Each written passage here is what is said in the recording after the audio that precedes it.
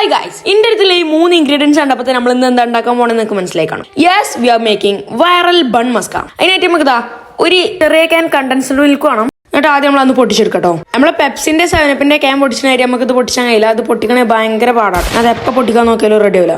എന്തൊക്കെ പറഞ്ഞാലും ഇത് വെറുതെ തിന്നാനാണെങ്കിലും നല്ല ടേസ്റ്റ് ആട്ടോ. അതായത് നിങ്ങൾ ഒന്നായിട്ട് തിന്നാൻ നിൽക്കണ്ട, ഷുഗർ ഒന്നും അടിയാവട്ടോ. അതോടെ പൊട്ടിച്ച് മാറ്റി വെക്കുക. അടുത്തതായിട്ട് നമുക്ക് ചെയ്യേണ്ടത് ഒരു ബൗൾ എടുക്കുക. പിന്നെ ഒരു ബ്ലോക്ക് ഓഫ് ബട്ടർ നമ്മൾ ഇത് ഇട്ട് കൊടുക്കണം. ശേഷം നമ്മൾ നേരത്തെ പൊട്ടിച്ച് മാറ്റി വെച്ച മറ്റേ സാധനം ഒഴിച്ചു കൊടുക്കുക. ഇതിലാണെങ്കിൽ നമ്മൾ ആകെ ഒരു ബട്ടറും കണ്ടൻസ്ഡ് മിൽക്കും മാത്രമേ ഒഴിക്കണുള്ളൂ. വേറെ ഷുഗർ ഒന്നും ആഡ് ചെയ്യണില്ല. അപ്പൊ അത് അത്യാവശ്യം നല്ലോണം ഒഴിച്ചു കൊടുക്കണം കേട്ടോ. ഞാൻ ഒഴിച്ച അത്ര ഒന്നുമല്ല. എന്താ നമുക്ക് വേറെ പണിയൊന്നുമില്ല. ഒരു സ്പൂൺ എടുക്കുക, ഇത് നല്ലോണം അങ്ങോട്ട് മിക്സ് ചെയ്ത് ഒരു ക്രീം പരിവാക്കുക എന്നതിന് എന്റെ മനസ്സിൽ. പക്ഷെ ഇത് ഫ്രീസറിൽ വെച്ച ബട്ടർ ആയതുകൊണ്ട് തന്നെ അത് കുത്തിയിട്ട് ഇതാക്കിയിട്ടൊന്നും അങ്ങോട്ട് പൊട്ടണില്ല. ഭയങ്കര കരുതി.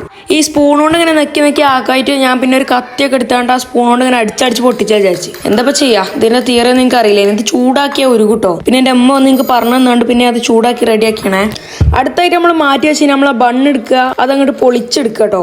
എന്നിട്ട് നമ്മളെ ബണ്ണിന്റെ പാക്കറ്റൊക്കെ നമ്മളങ്ങോട്ട് പൊളിച്ച് കളയുക. എന്നിട്ട് നമ്മളെ ബണ്ണൊരു പ്ലേറ്റ് ഇട്ട് കൊടുക്കുക. അതിന് ശേഷം നമ്മൾ ചെയ്യേണ്ടത് നമ്മളെ ബർഗറൊക്കെ ഉണ്ടാക്കണ നമ്മളെ ബണ്ണ് അങ്ങോട്ട് മുറിച്ചെടുക്കുക കേട്ടോ ചെയ്യേണ്ടത്. നമ്മളെ ബട്ടറൊക്കെ ഒരുക്കിയാണ്ട് അതിന് ഞാൻ കുറച്ചും കൂടി കണ്ടൻസ് മിൽക്കൊക്കെ ഒഴിച്ചാണ്ട് അല്ല ക്രീം പരിവാക്കി വെച്ചേക്കണേ.